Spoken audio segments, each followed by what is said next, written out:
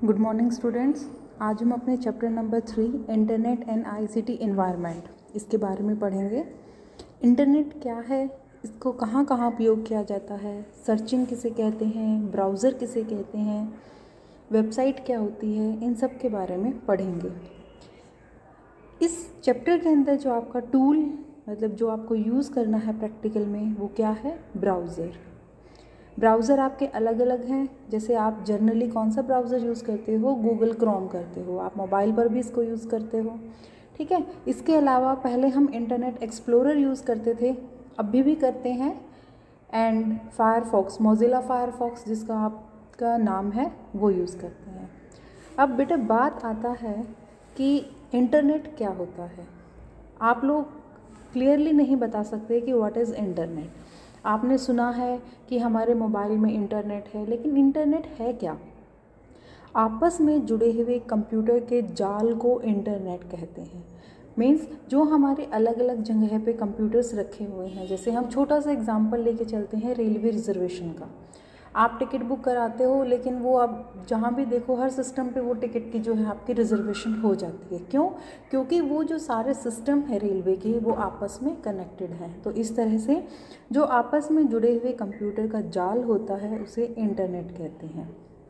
अगला क्वेश्चन है आपका कि हमारे दैनिक जीवन के कोई 4 क्षेत्र बताइए जहाँ इंटरनेट का उपयोग बहुतायत में होता है। कहाँ कहाँ यूज़ होता है इंटरनेट?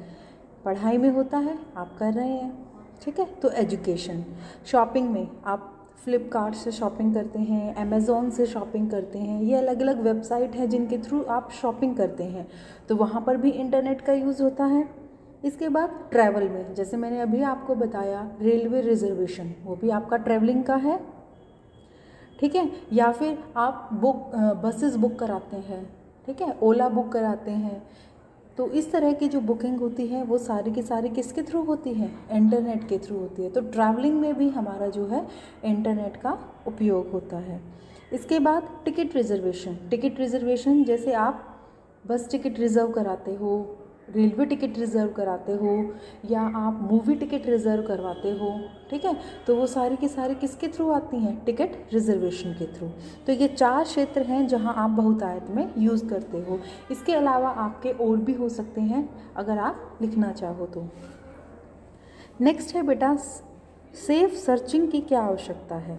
अब जैसे हम कुछ भी चीज़ है हम सर्च करने लग जाते हैं, हम क्या करते हैं, गूगल पे लिखते हैं जो भी हमें सर्च करना है, फिर उसके बाद एंटर करते हैं तो हमारे बहुत सारे लिंक आ जाते हैं जो ब्लू कलर के लिंक्स होते हैं। आप उन पे क्लिक करते हो तो आपको इन्फॉर्मेशन, जो आपका डाटा है, जो आपकी जानकारी जो आपको चाहिए वो आपको मिल जाती है। अब बात आती है सेफ सर्चिंग क्यों करनी चाहिए।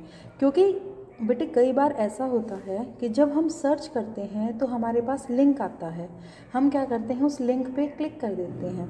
लाइक आपको कुछ इस तरह से दिया जाए कि click on this link you will win 2000 rupees, मतलब इस तरह से आपके मैसेजेस डिस्प्ले होते हैं कि आप 2000 रुपये जीत जाएंगे अगर आप इस पर क्लिक करके अपनी रिजर्वेशन देंगे। तो ये चीज़ें जो होती हैं इनसे हमें बचना चाहिए। क्यों? क्योंकि ये ऐसा होता है कि इन लिंक्स पर क्लिक करने से वो आपसे डिटेल मांगेगा, आप अपनी डिटेल दोगे, डिटेल देने के बाद क्या होगा, हो सकता है वो कोई हैकर हो। हैकर क्या होता है? जो हमारी डाटा को चुराए, ठीक है, और उस डाटा का कहीं पर भी यूज़ कर ले। जैसे कई बार आपके पास टेलीफोन कॉल्स भी आते होंगे, या कई बार आप क्या करते हो लिंक पे अपना आधार नंबर दे देते हो या अपना पैन नंबर दे देते हो, और फिर बाद में आपको पता चलता है कि हमारे बैंक से इतने पैसे कट चुके हैं। तो ये आती है सेफ सर्चिंग की बात कि आप जब सर्चिंग कर रहे हो, जब कोई जानकारी ढूंढ रहे हो, तो उस टाइम आपको सेफ सर्चिंग करनी है, बिल्कुल ध्यान से करनी है। तो इंटरनेट सूचना का एक बहुत बड़ा सागर है, इसमें काम करते हुए हमें सावधान रहना चाहिए। क्यों? क्योंकि वेबसाइट पर हमें छुपे हुए खराब प्रोग्राम भी हो सकते हैं जो कंप्यूटर को नुकसान पहुंचा सकते हैं। इसीलिए हमें केवल विश्वास वाली वेबसाइट या लिंक खोलना चाहिए। वो ऐसा भी हो सकता है कि वहाँ कोई वायरस हो, जैसे ही आपने क्लिक किया वो वायरस एक्टिवेट हो जाएगा और आपकी रैम को फिल करना शुरू कर देगा। जैसे ही आपकी रैम भर जाएगी आपका मोबाइल जो है वो काम करना बंद कर देगा। तो इस तरह की कुछ दिक्कतें आती हैं सर्चिंग के टाइम पे। तो हमें हमेशा विश्वास वाली, जो हमें ट्रस्टी लगे, वो ही हमें वेब लिंक खोलने हैं।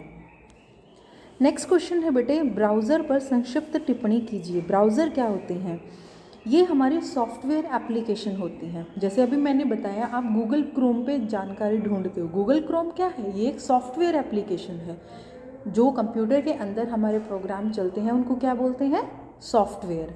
और हार्डवेयर क्या होते हैं? जैसे हमारे मॉनिटर है, प्रिंटर है, माउस है, कीबोर्ड है, ये सब आपके हार्डवेयर होते हैं। तो इंटरनेट का उपयोग करने के लिए, कि हम जो कंप्यूटर जो जुड़े हुए हैं उनका उपयोग करने के लिए हमें एक सॉफ्टवेयर एप्लीकेशन की मदद लेनी पड़ती है, जिनको हम क्या बोलते हैं? ब्राउज़र। उदाहरण मैंने अभी आपको बताए हैं, गूगल क्रोम है, मोजिला फायरफॉक्स है, इंटरनेट एक्सप्लोरर है। इसके बाद नेक्स्ट क्वेश्चन है बेटा,